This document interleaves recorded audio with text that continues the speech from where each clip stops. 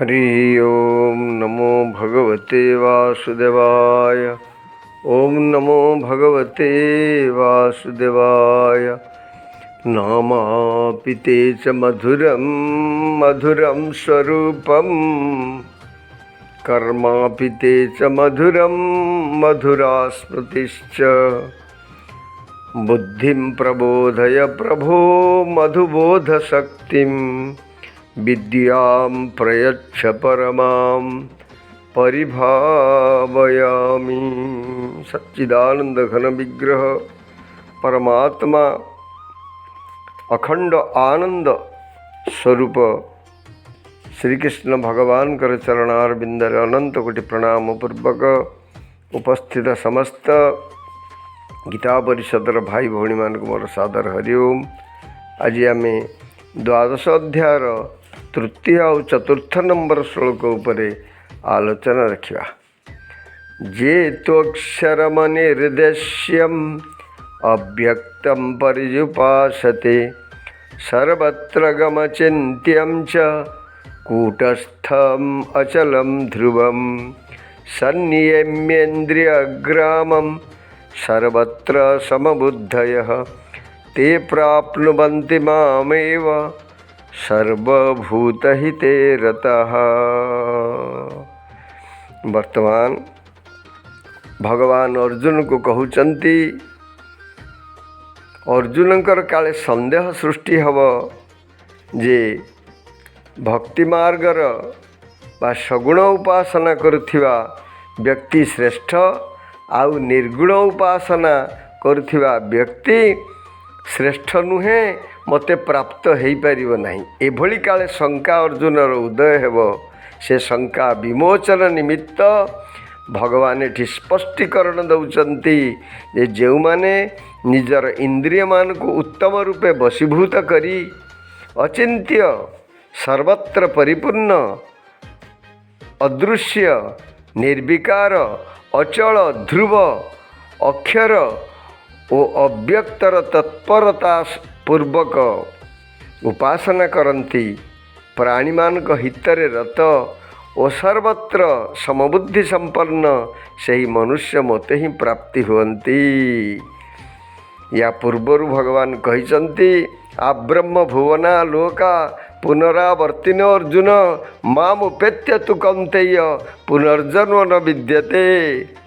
ये संसार होची बारंबार जन्म नहीं दुख शोक भोग करिवार क्षेत्र।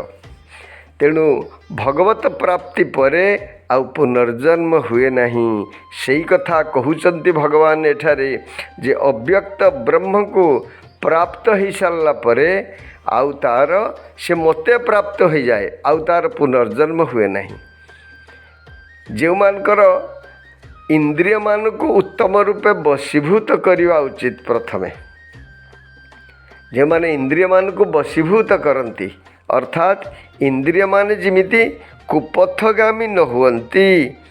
इंद्रिय प्रत्येक इंद्रिय को रामचरित मानस लिखाई ये गोटे गोटे झरका अर्थात इंद्रिय द्वारा आमे रूप शब्द स्पर्श गंध इत्यादि सब ग्रहण करिथाउ, विषय को ग्रहण करिथाउ। तेणु विषय गुड़िक भितर प्रवेश करी आमर अंतकरण को नष्ट कर दिए। तेणु इंद्रिय मान को संयम करवा होची ज्ञान मार्गर प्रथम आवश्यकता रही। तेणु इंद्रिय माने जिमिति तांको मन इच्छा कुआड़े जाइपारिबे नहीं, अर्थात विषय प्रति अनासक्त जिमिति रहिबे। ए व्यवस्था गीतार बहुत जगार भगवान इंद्रिय संयम कथा निर्गुण उपासना कथा वर्णना करिसंती। तापर कहउचंती वशीभूत होई कौन करिवो, मोर अचिंत्य रूप को चिंतन करिवो। भगवान कर निर्गुण ब्रह्मंकर केतोटी विशेषण एठार वर्णना हेछि। अचिंत्य भगवान चिंतार वस्तु नुहंती, अर्थात तांको चिंतन करिवा पाई आमे जोठी जतो वाचा निवर्तन्ते अप्राप्य मनसा सह मन वाणी बुद्धि जोठी प्रवेश करि पारंते नहीं। भगवान होचंदी से अचिंत्य स्वरूप आउ सर्वत्र परिपूर्ण गोटे जगार अछंती आउ गोटे जगार नहीं इमिति नुह सर्वत्र परिपूर्ण भाव जे अछंती अदृश्य जहाँ देखा जाती नहीं बहिरंतश्च भूतानाम अचरम चरमेव च सूक्ष्मत्वात् तद विज्ञेय दूरस्थम चांतिके च तत् अत्यंत सूक्ष्म हेतु सबुआड़े परिपूर्ण अछंती किंतु अत्यंत सूक्ष्म हेतु ताहा दृश्यमान हुअन्ति नहीं तेणु ताको अदृश्य मध्य कहा जाए निर्विकार जहाँ ठारे कौनसी विकार उत्पत्ति हेब नहीं अर्थात भौतिक जगत रे आम जहाँ देखुचंती ताहा प्रत्येक मुहूर्त रे परिवर्तन होछि किंतु परमात्मा गोटे स्वरूप रे सबुबेले रही थांती तांकर कौनसी परिवर्तन हुए नहीं। ओम भगवते वासुदेवाय। ओम नमो भगवते वासुदेवाय। वर्तमान आसतु द्वादश अध्याय तृतीय चतुर्थ श्लोक पाठ रखिवा। जे तोक्षरमनिर्देश्यम् अव्यक्तं पर्युपासते सर्वत्र गमचिन्त्यं च कूटस्थम् अचलं ध्रुवं संनियम्येन्द्रियग्रामं सर्वत्र समबुद्धयः ते प्राप्नुवन्ति मामेव सर्वभूतहिते रताः। ये कहले जेउ माने तू अक्षरम अनिर्देश्यम अव्यक्तम जे तू अक्षरम अनिर्देश्यम अव्यक्तम सर्वत्र गमचिन्त्यम च कूटस्थम अचलम ध्रुवम जे जेउ माने तू परंतु अक्षरम कहले अविनाशी अनिर्देश्यम जहाको निर्दिष्ट भावे वर्णना करा जाई परिव नहीं अव्यक्तम अप्रकाश पर्युपासते तत्परता पूर्वक उपासना करन्ति सर्वत्र गमचिन्त्यं च सर्वत्र गम अर्थात सर्वव्यापी अचिंत्यम अर्थात जहाको जे चिंतार वस्तु नुहंती अचिंत्य अचिंत्यम च एवं कूटस्थम अचलम कूटस्थम निर्विकार अचलम अचल ध्रुवम ध्रुव संयमेन्द्रिय ग्रामम इंद्रिय ग्रामम इंद्रिय गुड़ी को संयम्य अर्थात भल भाव संयम करी सर्वत्र समबुद्धयः सर्वत्र सबुठारे समबुद्धयः समबुद्धि संपन्न सर्वभूत हिते रताः सबु प्राणी मानक हितरे निरत ते सही मनुष्य माने मांग मोते एव ही प्राप्नुवन्ति प्राप्त हुवन्ति। आउ थरे पाठ रखिवा। ये त्वक्षरमनिर्देश्यम् अव्यक्तं पर्युपासते सर्वत्र गमचिन्त्यं च कूटस्थम् अचलं ध्रुवं संयम्येन्द्रियग्रामं सर्वत्र समबुद्धयः ते प्राप्नुवन्ति मामेव सर्वभूतहिते रतः। श्लोकार्थ है जो माने निजर इंद्रिय गुड़ी को भल भाव संयमित करी अचिंत्य सर्वव्यापी अनिर्देश्य निर्विकार अचल ध्रुव अविनाशी और अव्यक्त परमात्मा उपासना करती तथा सर्वत्र समबुद्धि संपन्न होई सबु प्राणी मानकर हितरे सदा सर्वदा निरत थांती से माने मोते ही प्राप्त हुअन्ति। जय जगन्नाथ स्वामी की। भगवते वासुदेवाय। ओम नमो भगवते वासुदेवाय। वर्तमान आम द्वादश अध्याय द्वितीय श्लोक पाठ रखा। श्री भगवानुवाच मर्यावेश्य मनोजे मां नित्ययुक्ता उपासते श्रद्धया परयोपेतः ते मे युक्ततमा मतः। मयि आवेश्य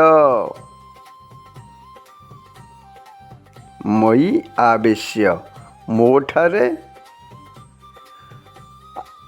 आवेश्य कौन आवेश्य ना मनो आवेश्य मनोनिवेश पूर्वक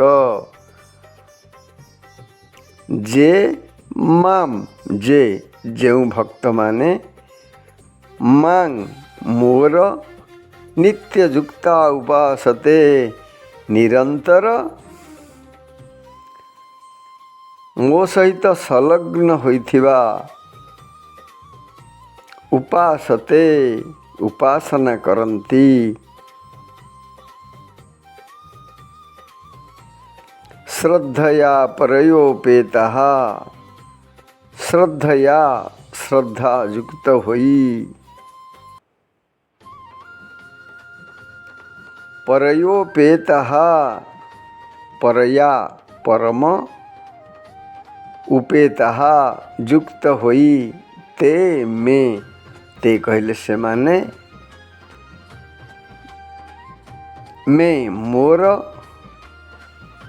युक्ततमा मतः युक्ततमा सर्वश्रेष्ठ योगी मतः मतरे। आ थर पाठ रखा। मर्यावेश्य मनोजे मां नित्ययुक्ता उपासते श्रद्धया परयोपेतः ते मे युक्ततमा मतः।